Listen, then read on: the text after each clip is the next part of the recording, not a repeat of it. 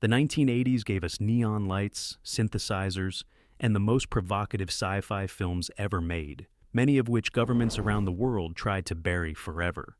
While Reagan's America was preaching family values, filmmakers were crafting dystopian nightmares so disturbing that entire countries banned them from existence. Did you know one film was so controversial that the director himself pulled it from theaters after receiving death threats? These aren't just movies that pushed boundaries. They're cinematic time bombs that exploded social norms and left censors scrambling to contain the fallout. Escape from New York, 1981. John Carpenter's dystopian action thriller imagined America's greatest city as a maximum security prison, creating a vision so politically inflammatory that several countries banned it outright. Kurt Russell plays Snake Plissken, a war veteran turned criminal who's forced to rescue the president from the anarchic wasteland of Manhattan Island. What made this film dangerous wasn't just its spectacular violence, but its portrayal of American society as fundamentally broken and beyond redemption. The film's $6 million budget created a convincing post-apocalyptic New York using abandoned buildings and practical effects that made the urban decay feel terrifyingly real. Critics praise Carpenter's direction and Russell's iconic anti-hero performance, but government officials were horrified by the film's suggestion that America's greatest city could become a lawless hellscape. The movie was banned in several Eastern Bloc countries where authorities feared its images of urban collapse might inspire revolution against communist governments. In the Soviet Union, the film was condemned as capitalist propaganda disguised as entertainment, while ironically being banned in some Western countries for its negative portrayal of American institutions. The film's most controversial element was its depiction of the U.S. government as cynical and incompetent, willing to sacrifice citizens for political expedience.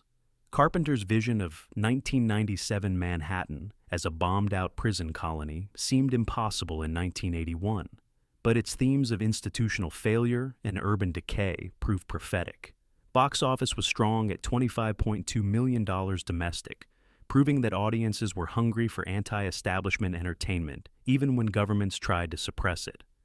Modern viewers recognize Escape from New York as a prescient warning about authoritarian overreach and social collapse, but its initial release faced constant censorship and political pressure from nervous officials worldwide. The Thing, 1982. John Carpenter's shape-shifting horror masterpiece faced bans and heavy censorship for its graphic violence and nihilistic worldview that suggested humanity's survival instincts make us the real monsters. Kurt Russell leads an ensemble cast of Antarctic researchers who discover that an alien parasite can perfectly imitate any living creature, creating paranoia so intense that the men turn against each other with devastating results. What makes this film controversial isn't just Rob Bottin's groundbreaking practical effects, which remain some of the most disturbing ever filmed, but Carpenter's suggestion that isolation and fear transform ordinary people into savage animals.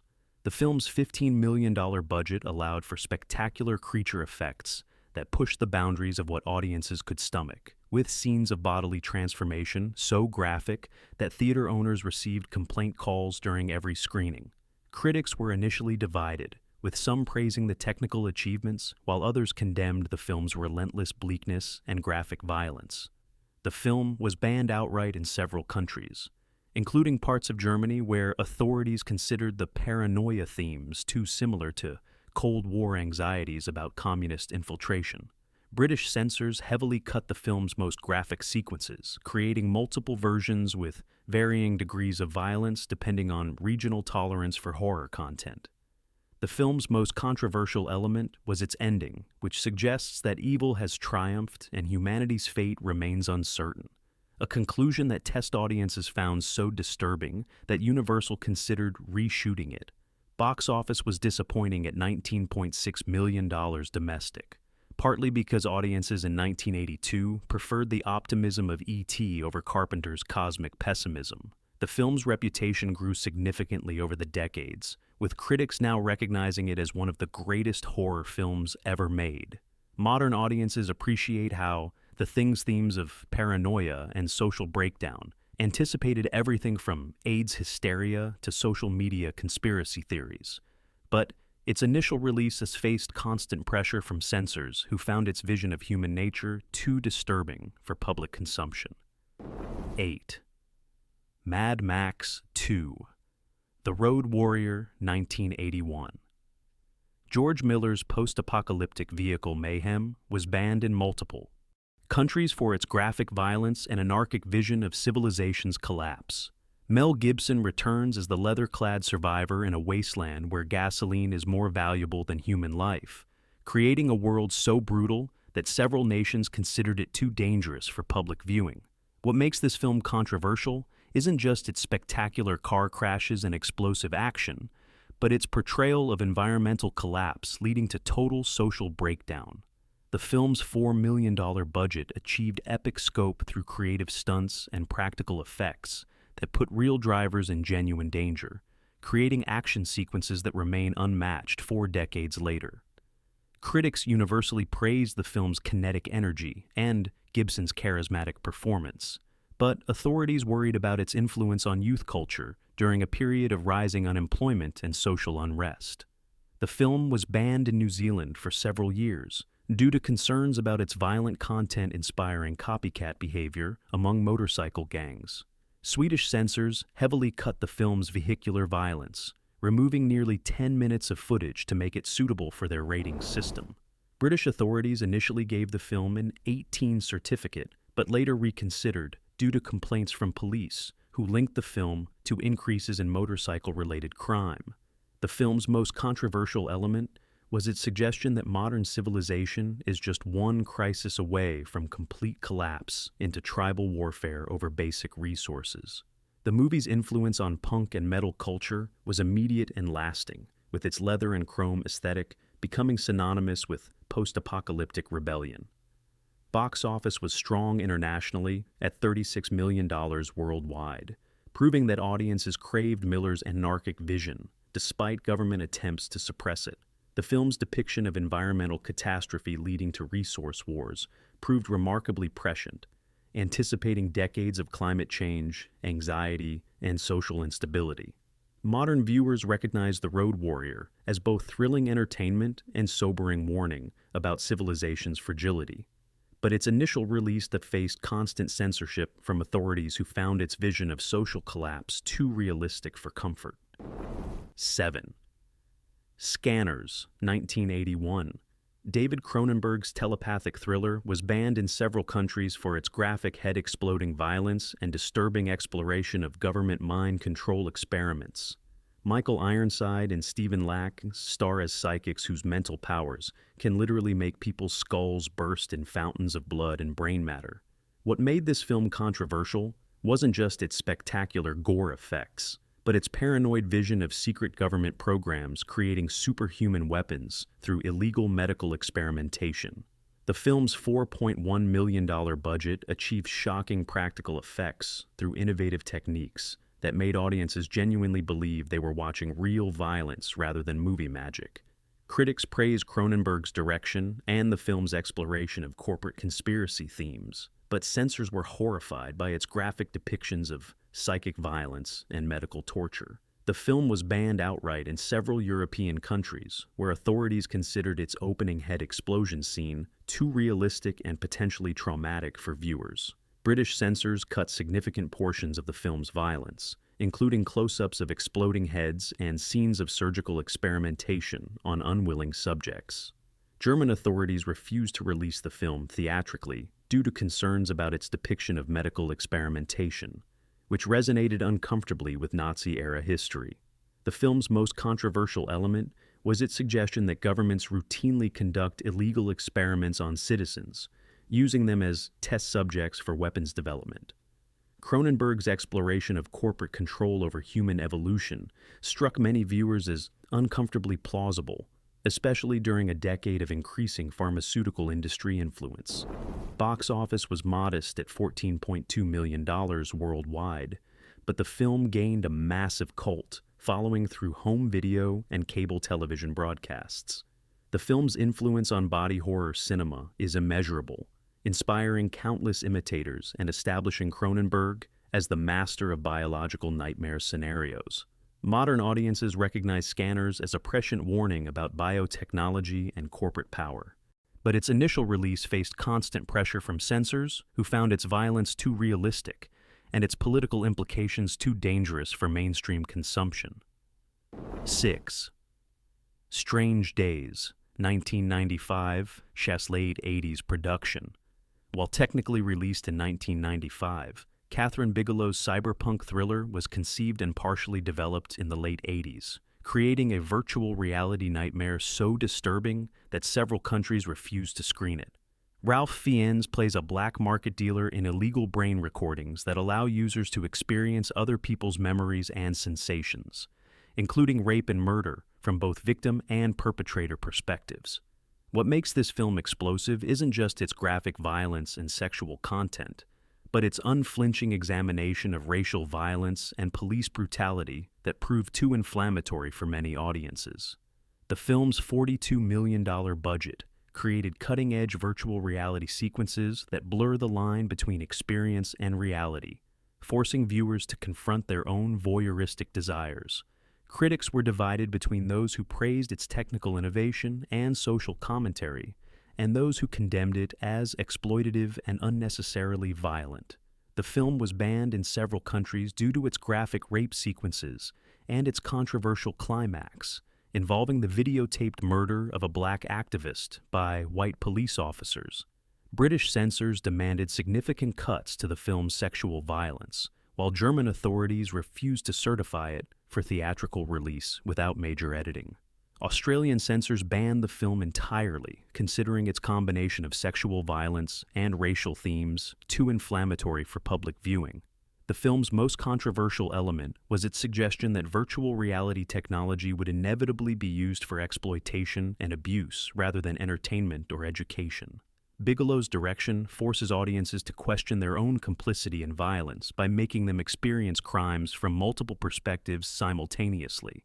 Box office was disastrous at $7.9 million domestic, partly because distributors struggled to market such controversial content to mainstream audiences. The film's exploration of technology-mediated violence and racial injustice proved remarkably prescient, anticipating everything from smartphone videos of police brutality to virtual reality addiction. Modern viewers recognize Strange Days as a visionary work that anticipated the dark side of digital culture, but its theatrical release was severely limited by censorship and industry self-censorship due to its explosive content. 5. Akira, 1988.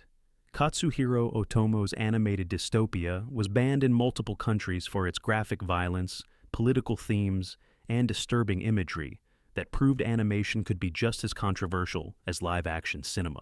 Set in Neo-Tokyo after a nuclear apocalypse, the film follows teenage bikers caught in a government conspiracy involving psychic experiments and urban terrorism. What made this anime revolutionary and dangerous was its proof that animated films could tackle adult themes with sophisticated storytelling and shocking violence that rivaled any live-action thriller. The film's $10 million budget created animation of unprecedented complexity and detail, with every frame hand-drawn to achieve a level of visual sophistication that Western audiences had never seen before.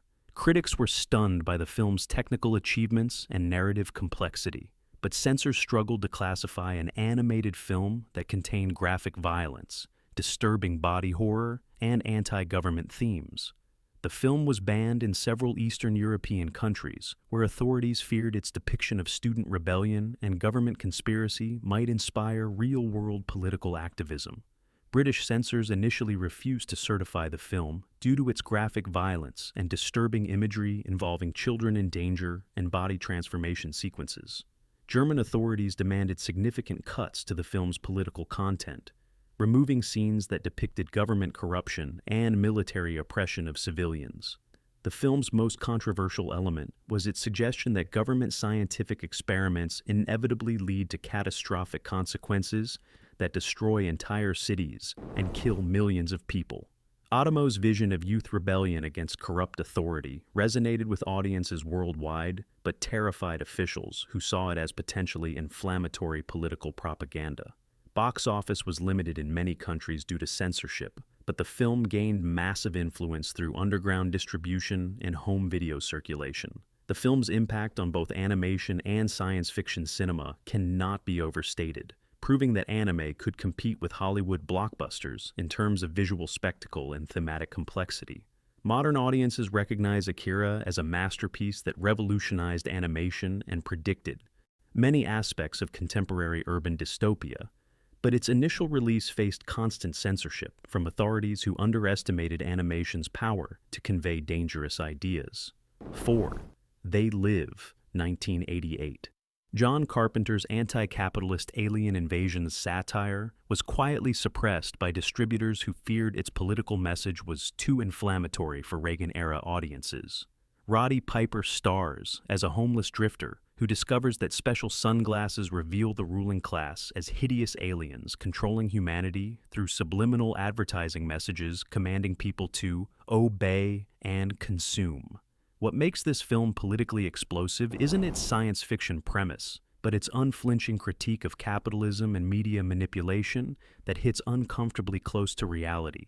The film's $3 million budget achieved maximum impact through clever practical effects and Carpenter's satirical direction that makes every corporate logo and advertisement feel sinister and threatening.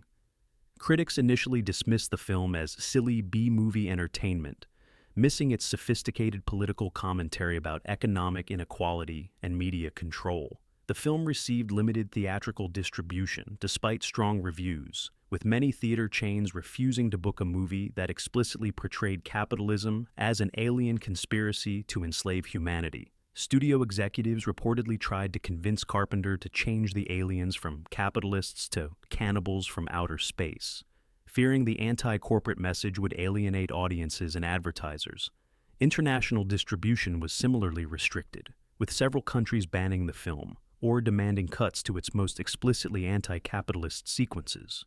The film's most controversial element was its suggestion that poverty and homelessness are deliberately engineered by wealthy elites who benefit from human suffering and desperation. Carpenter's direction creates a paranoid atmosphere where every aspect of consumer culture, from billboards to television broadcasts, becomes evidence of systematic oppression and mind control. Box office was disappointing at $13 million worldwide, partly because distributors failed to promote the film adequately due to concerns about its political implications. The film gained massive cult status through home video and cable broadcasts, with its themes becoming more relevant during each subsequent economic crisis. Modern audiences recognize They Live as one of cinema's most effective political satires, perfectly capturing the relationship between media manipulation and economic exploitation.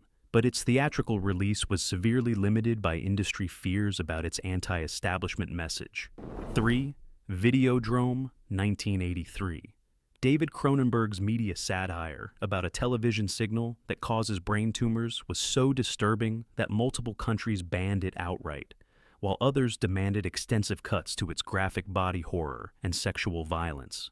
James Woods stars as a sleazy TV executive who becomes obsessed with a broadcast signal showing real torture and murder, only to discover that watching the program literally transforms his body into a grotesque organic video player. What makes this film genuinely dangerous isn't just its spectacular practical effects, but its prescient warnings about media addiction and technology's power to rewire human consciousness in fundamentally disturbing ways.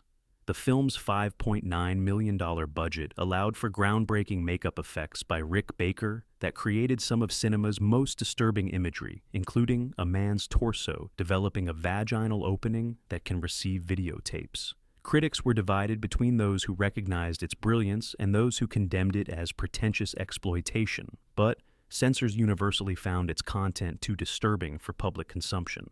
The film was banned entirely in several countries, including parts of Australia, where authorities considered its combination of sexual violence and body horror too extreme for any rating category.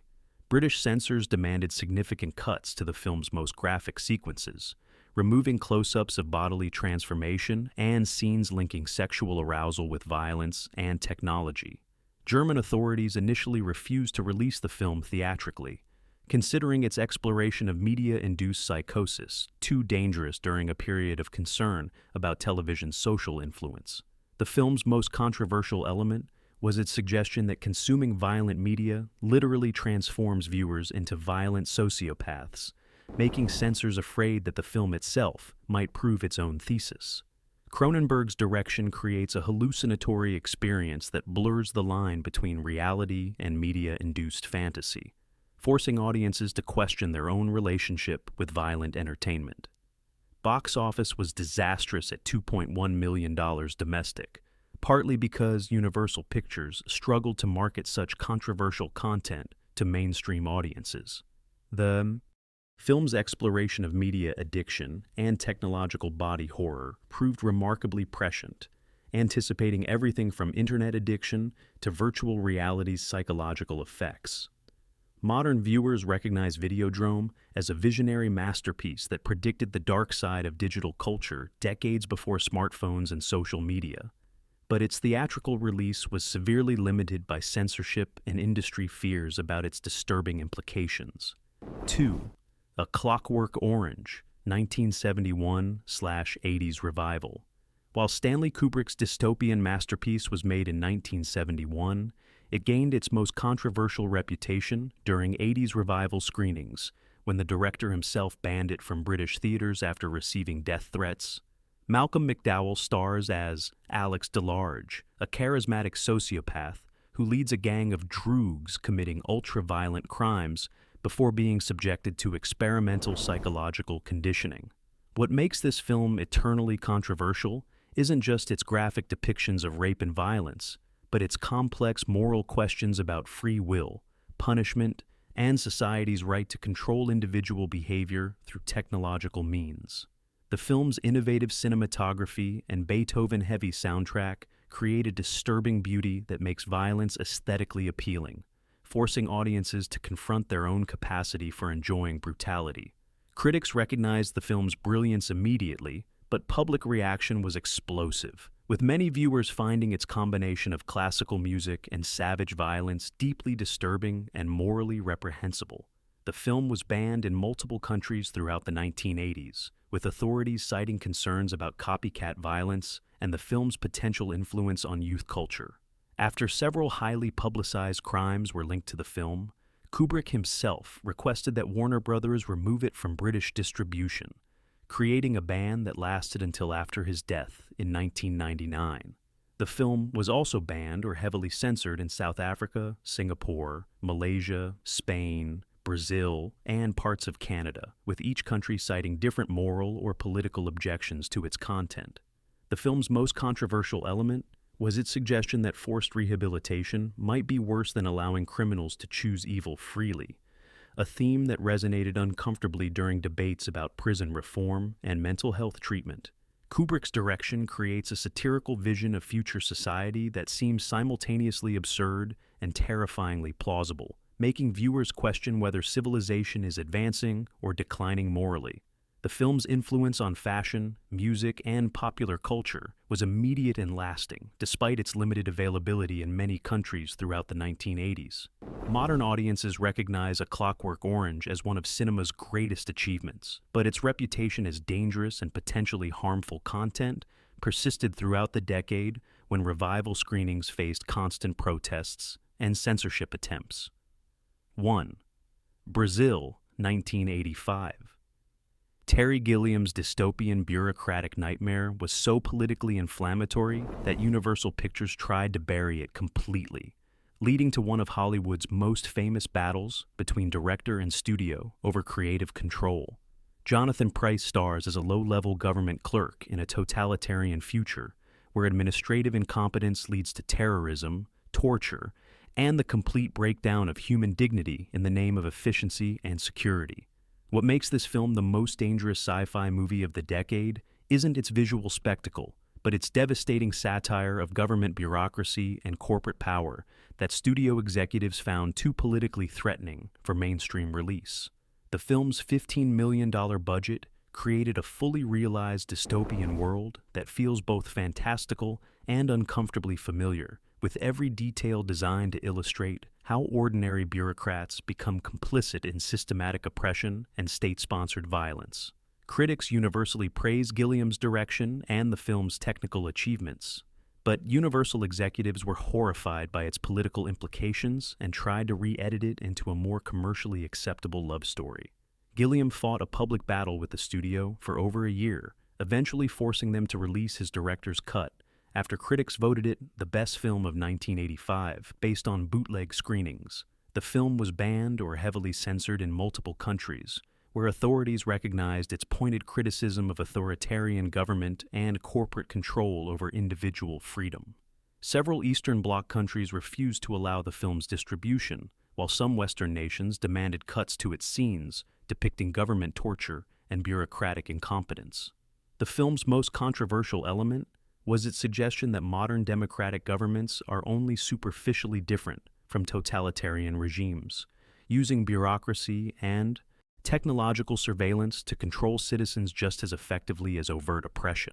Gilliam's vision of a world where paperwork becomes more important than human life struck many viewers as uncomfortably plausible, especially during the Reagan era's expansion of government surveillance and corporate power.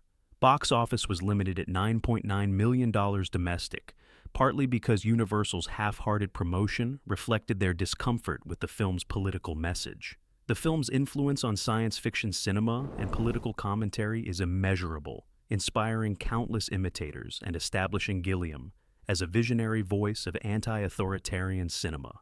Modern audiences recognize Brazil as a prophetic masterpiece that anticipated the surveillance state and corporate bureaucracy that defined contemporary life. But its release required a titanic struggle against studio censorship and government pressure to suppress its dangerous political message. So, there you have it. 10 sci-fi masterpieces that governments and studios tried to erase because they dared to imagine futures too uncomfortable to face. From Carpenter's anti-capitalist Aliens to Cronenberg's media-addicted Mutations, these films didn't just entertain. They predicted the dystopian realities we're living through today. Whether it was Brazil's bureaucratic nightmares or Videodrome's technology addiction, these movies saw our current problems coming decades before anyone else. Which of these banned sci-fi films shocked you the most? Did we miss any 80s sci-fi movies that deserve to be suppressed by nervous censors? And here's the question that'll start an interstellar war in the comments. Were authorities right to ban these films to protect society? Or do visionary artists have a responsibility to show us uncomfortable truths about our future, even when those truths are too disturbing for mass consumption? Drop your controversial takes below, because the best science fiction has always been about holding up a mirror to humanity's worst instincts.